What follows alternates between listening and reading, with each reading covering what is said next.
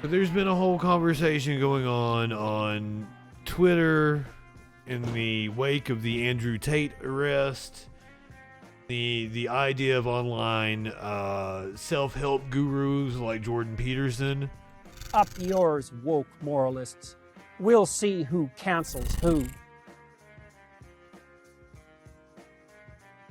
And there's been I don't know how to set this up. The idea that leftists need to speak to disaffected young men. I think that's kind of what I do here on this show. That's the reason why I'm crass. That's why I'm a fucking asshole. I'm trying to appeal to, and my analytics tell me it's the opposite. I'm actually drawing an audience that is older and tends to be Gen Xer, but hey, it is what it is.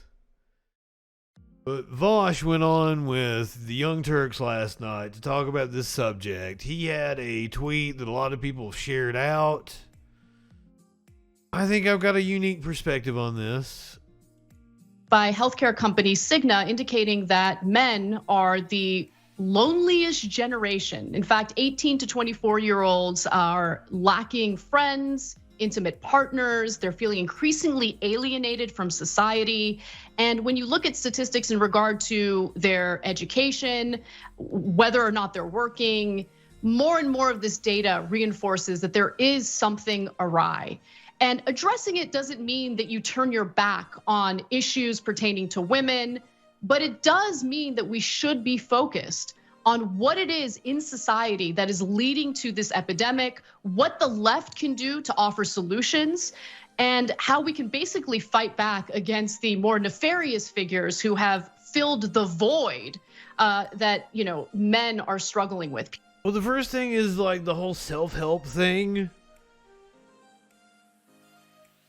I had this conversation with Sir Warm-Ups, and he was like, well, if Jordan Peterson is providing, help to these people, I'm like, what help is he providing? The best self-help book is How to Win Friends and Influence People. And all the other self-help gurus are just kind of ripping it off.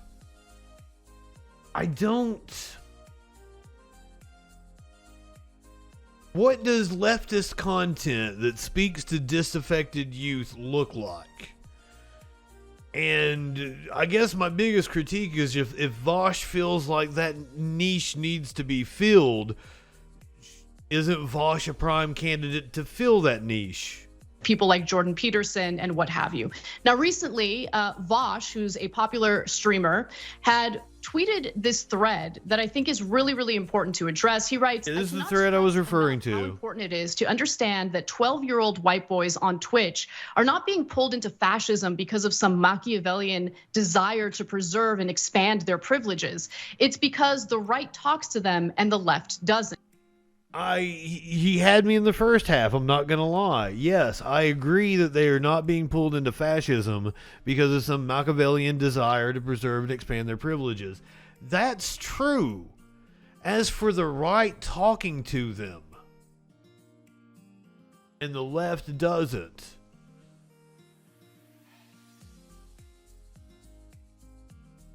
Vaush and the Young Turks are two of the biggest leftist content creators on the platform. So isn't this an indictment of them? Who are you throwing the blame on here?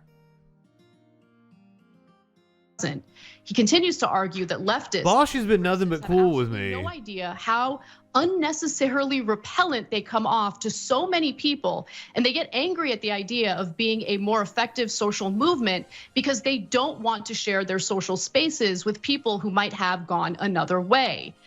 But the criticism for leftists continue, and to be honest, I agree with a lot of what Vaush says here. He says leftists will write master's theses on the effect of socioeconomic conditions on crime, and then shrug when 10 million more young men fall into fascism because their boy brains must just be innately fascist and they choose to be evil. And there's no way this could have been prevented. Well, see, I feel like that's a straw man. I want to make sure you guys get a full look at what he's thinking here.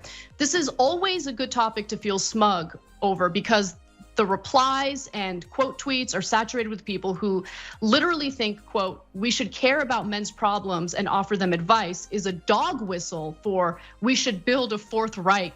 Thus, see, I don't feel that's fair at all. Talk about this is the man behind the Twitter thread, Vaush, and I want to thank you, Vaush, for taking some time to talk to us about this today. Oh, it's an absolute delight. Don't mind the cam, by the way. Like young men, my camera encoder is alienated. Just in this case from Skype. It's a pleasure to talk with you about this. So this is something that I've been thinking about a lot, because I've been just noticing it in the community around me, just like the loneliness and how atomized men are. And I don't see it as, addressing it isn't, in my opinion, a right-wing perspective or a right-wing task. I think that there are issues that the left would do a far better job in addressing, as opposed to more nefarious right-wing figures like, let's say, Andrew Tate or Jordan Peterson. So before we get to all of that, what the potential solutions could be, talk to me about what you see, what you think the problem is right now with young men feeling alienated in the United States. Capitalism. Well, I think a lot of it comes down to something leftists tend to be more comfortable talking about, which is toxic masculinity. Male loneliness is often an emergent property of toxic masculinity, which is, by the way, nobody likes this term, right? The right gets really upset when you say toxic masculinity because it sounds like you're upset with masculinity in general, and it's a really vague term. So let's just say, I think a lot of guys can be kind of antisocial because they're taught that sort of independence is a masculine virtue. They're taught that there's value in keeping your feelings bottled up. Now, obviously, it's pretty harmful. It makes people feel kind of lonely. It makes them bad at reaching out to others, connecting, sharing their interests, building friendships. I think it's one of the reasons why guys tend to view dating as sort of adversarial, because they don't think of like a woman as like, oh, well, maybe we'll just get along on some shared interests. Maybe we'll have something in common. They think of it as this like a mating battle, which, I don't think it has to be.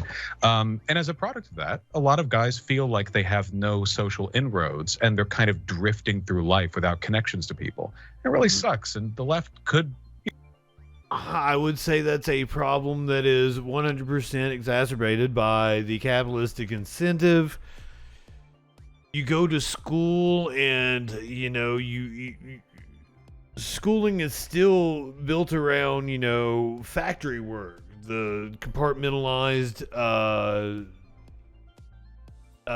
subjects, the bell ringing at certain times is to condition you for factory work. And on top of that, you're going to a job that you feel no purpose in. And especially, I'm sure it's an issue with males trying to find a job that gives them purpose, because a male is more likely to be drawn to a job that is more using your brute force.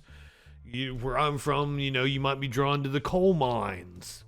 And maybe you don't feel as much of a sense of purpose with that kind of job, though the coal mines have done a good job of propagandizing to make you feel like you're doing something to keep America running, keep the lights on and all that shit.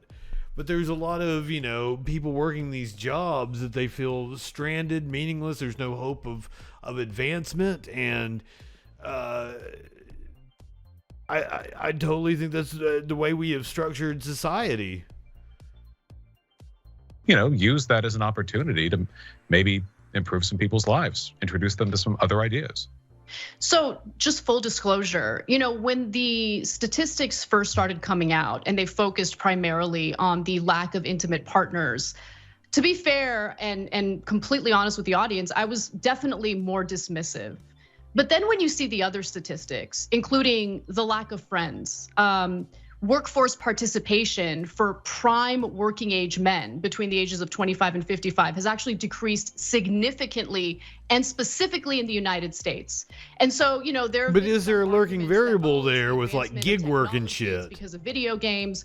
Well, all of these technologies, how do we count exist that in other countries, and they're not experiencing the same decline in workforce participation. In fact, to give you a specific number from the Bureau of Labor Statistics, about 7 million prime working age men are not working and they're not looking for work. They're also self-medicating quite a bit. A huge portion of them have reported that they're taking painkillers daily. Deaths of despair are very prominent and pronounced among the male population versus the female population. And that has to do because they have more these are huge issues. In fact, I'm not sure about suicide attempts, but males are more likely to succeed because they're more likely to use a gun. Working age men, we have a 1937 economy, okay? And again, this is not happening in other rich developed countries, right? So there is a crisis happening, and I'm because they have social safety nets. Right, the right wing will say, oh, it's feminism. It's because women don't want to stay at home and raise kids. They want to be independent. They don't want to enter, romantic partnerships. Blah blah blah. I don't buy that for a second. I do agree that some of the rhetoric is a problem. Statements about toxic masculinity, a lot of generalizing about people. I also think that there's a misconception that this is an issue that predominantly impacts white males, but that's actually not the case. The largest population that this impacts is actually Black men in America. And so this is a huge problem. And what do you think we need to say or frame, or how can we frame this? I don't think the radicalization is a big, because we're talking about radicalization, right? By online influencers. Ensure that every community is looked after, that everyone feels that, they're living a happy, prosperous life. It's a tough sell. People feel these issues in their gut. When we talk about the kinds of things that drive people out to vote or even to throw revolutions, we're usually talking about very basic gut level problems that political analysis gets added to, For a long time in this country and many others, anti-immigration sentiment has been built on the anxiety of working class people who feel their jobs are threatened by immigrants. Often the data doesn't bear that out, but it's their fear that's used as a catalyst to push those politics. The anxiety, the loneliness of young men, this has historically been used as catalysts for, basically everything from the Bolsheviks in Russia to the brown shirts in Germany. It's just a large and often unaddressed demographic. This isn't a competition thing. We're not talking about giving up on feminist analysis or saying it's like, oh, well, actually men have it worse than women, right? It's not about that. It's just, you want to reach out to people where they are. And to start that process, with a lot of young guys, I think it would help if lefties were willing to acknowledge this sort of natural conclusion of toxic masculinity as like a mode of social analysis, which is if men are socialized in certain ways and treated in certain ways socially, it necessarily follows they must have specific problems. And if those problems are the product of social systems that are out of their control, I don't know why we wouldn't apply the same basic sociological lens of analysis to that as we would with literally anything else. Patriarchy, racism, transphobia, no individual has control over these systems. And we try to interweave analysis with our compassion for and respect for the individual problems people have. We do this all the time with other. But this isn't like a mechanism that we control though, right? Because a lot of these ideals are getting passed down through these traditional family values, right? The man's got to be strong and the man's got to take care of the woman, and the woman is subservient. So like, is it the only social structure I can think of that promotes something like that is a church. So I mean, like, dude, like, I don't know. I don't know what Vaush is wanting. Like, I'm open here because like am I one of the content creators that should be appealing to young people, and what do I do? How do I appeal to them? Their issues. And to an extent, we do it with men. But I feel like we lean off that a little bit, maybe because men's rights as like a sort of a nominative thing, like how it's referred to usually refers to misogynist or incel communities online. So it's like, oh, well, men's rights, you actually mean like this or that. Well, leaving aside the baggage, right? You can call it what you want, men's advocacy, whatever, just common decency. It's still worth pursuing. Yeah, I think. How do I reach these kids? Men's rights activists. It does, unfortunately, make one recall some of the most unsavory individuals imaginable, right? Okay, so what are the topics that I'm supposed to talk about? I don't like thinking about that group when it comes to this particular issue, because I don't think this is about male entitlement. I don't think this is about men feeling or fighting for a system in which men get to feel entitled to certain things in society, including, certain sexual acts, whatever it is. This is really about making sure that people don't feel lonely, feel that they have purpose in life. That's the other thing. An increasing number of young men feel like they have no purpose in life. And I think that it has to do with the fact okay, well, if young men feel like they have no purpose in life, that's not any business of mine as a content creator. This isn't about like the left missing an opportunity to speak to somebody. That doesn't make any sense if that's what the issue is. That's a much deeper problem in society. That for the longest time, they were conditioned to believe that they are supposed to be the breadwinner in a family. And when they are lacking this educational attainment necessary to get the kind of career that makes the kind of money that makes them feel like the breadwinner, well, then it makes them feel like they're not really worth anything. I see a lot of that going on as well. When you look at the number of college educated men, that has declined significantly. And so some of the solutions that I've heard from... Lurking variable again, when the number of college educated men decline because the cost of college has become more unattainable. It's not because like, men are turning away from college. Do take this seriously on the left is that, hey, there's a lack of male role models in the public education system. There's a huge disparity between female and male educators in the public school system. Curious what you think about that. Yeah, no, I agree. It is. I do think it's unfortunate that we consider education such like a feminized profession. Not because there's anything wrong with female teachers or whatever, but obviously people take a lot from their education, and any significant disparity in representation is going to reflect some kind of social value. So, I mean, we can see the need for this reflected in the fact that two of the largest breakout conservative figures in the past 5 years, respectively, Jordan Peterson and Andrew Tate, both became powerful in exactly the same way. That is to say, they bigotry, misogyny. They were figures that said outlandish things for clicks. They exploited the algorithm in just the right time at just the right place. And like Jordan Peterson couldn't have existed in the 90s. Postured as like self-help gurus for young men who felt like they'd been failed by society and left no options to better themselves otherwise. Now, the prescriptions those two offer are garbage and completely irredeemable. I think Jordan Peterson said you should clean your room. You can do that, but apart from that, don't listen. But it shows what people are going for, right? And frankly, it doesn't take a lot of internet sleuthing to find out that a lot of people are feeling really listless these days. Mm-hmm. You have to give people identities and aspirations. I see a lot of this discussion with young women. One of the discourse bits that always comes up, it's how do you be a good feminist, but also like, what about this feminine wiles thing, right? Or like, how do I balance my progressive attitudes on gender with this, that, the other attitude I have on what it means to be a woman? It's an interesting topic. I have no skin in the game. Good luck, right? I don't know how often that gets resolved in left spaces with guys, because it is a good question. How do you resolve, progressivism with like, well, being a masculine guy? A lot of women you might want to date kind of do like manly guys, at least some of them, right? But what does it mean? There's not two things that are at odds there. Peterson. Just having the conversation might get a lot of folks invested, or they might understand that the left is interested in these issues beyond a sort of like token, like surface level political skim where they're trying to get people off the top. Compassion.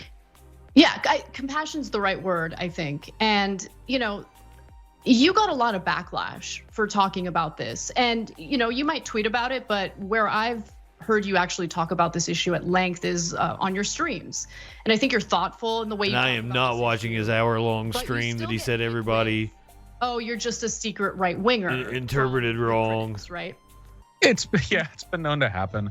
I know. What's behind that? Because I feel like that is what most of, at least the online left, I don't know if I can say that about the left in general. They seem to spend a lot of time going after one of their own who might have some ideas that are a little different, or might have concerns that are a little different from their own. Well, the gatekeeping tendencies of the left are how you know you're a leftist, right? If you're a good leftist, the people you hate most should be other lefties. It's the only way to know.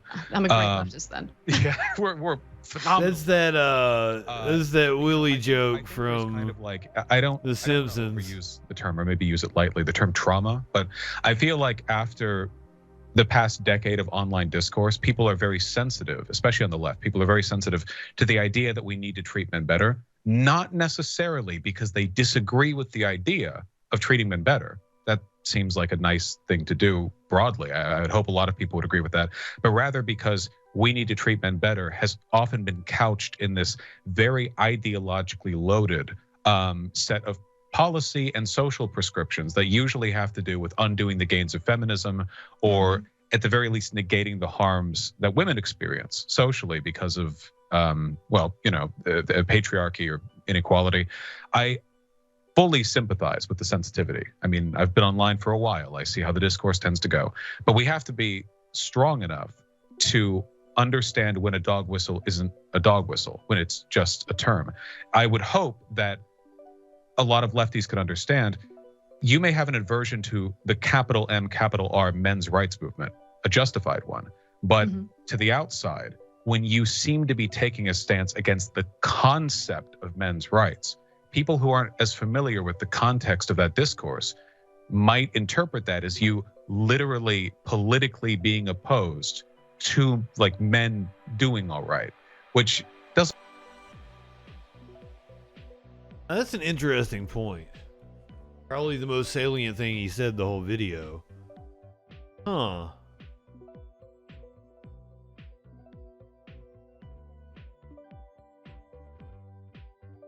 So yeah, say you've got a 16-year-old kid. He doesn't know all of the things loaded in the term men's rights, the baggage that comes with that term. To see somebody so adamantly against it because they've experienced the online discourse around the term, the phrase, you could be forgiven for thinking, oh, well, they're against the idea of men doing okay overall. But however, like, it's just not a charitable reading on the other side. Like, you have to kind of want to believe that.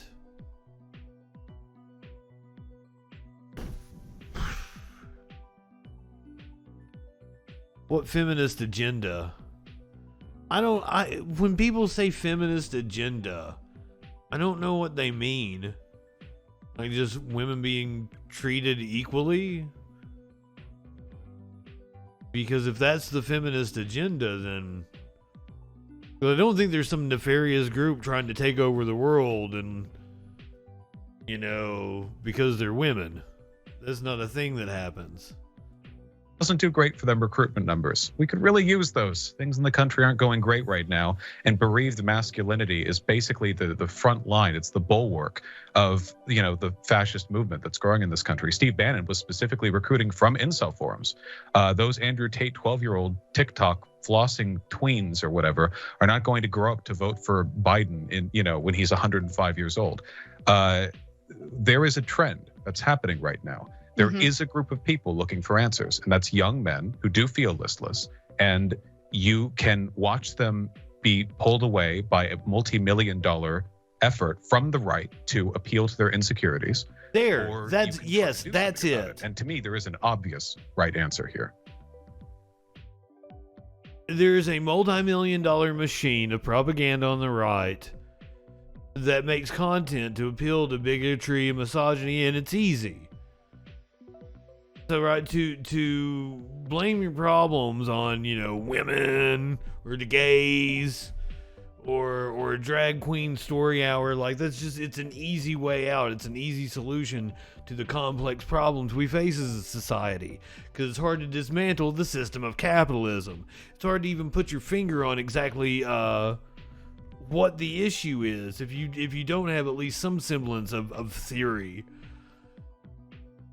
So bigotry, misogyny, easy ways out.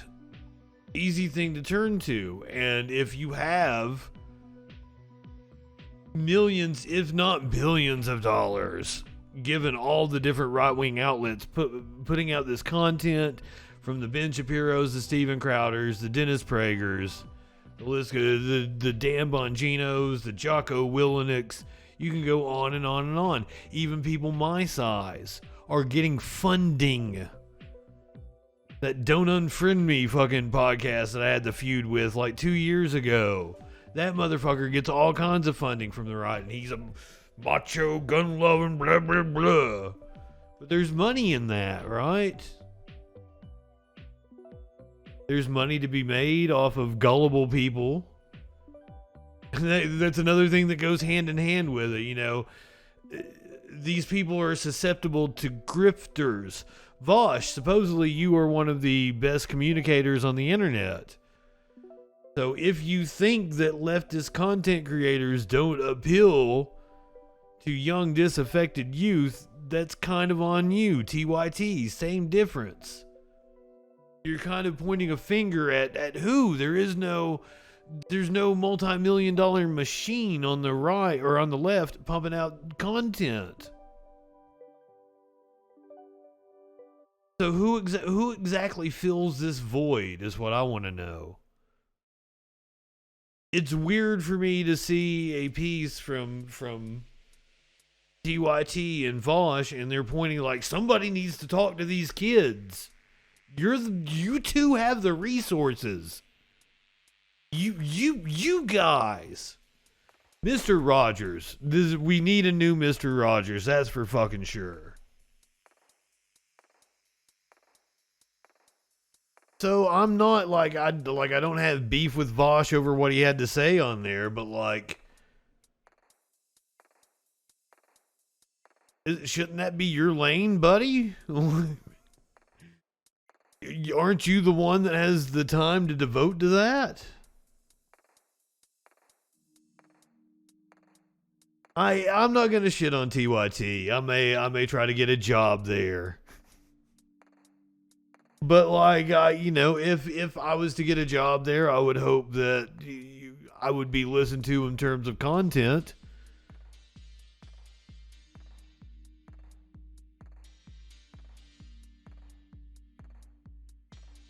Would like some input. I think John Iderola does a really good job. I'm a big fan of him. I watch his streams sometimes. If I catch him live, I'll watch him. But I guess that's my biggest critique is, okay, Young Turks, Vaush, you think somebody needs to speak to disaffected youth. Cool. Do it. Or if you want somebody else to do it, help me out. Give me money. Money me now. And I'll do it for you. Simple.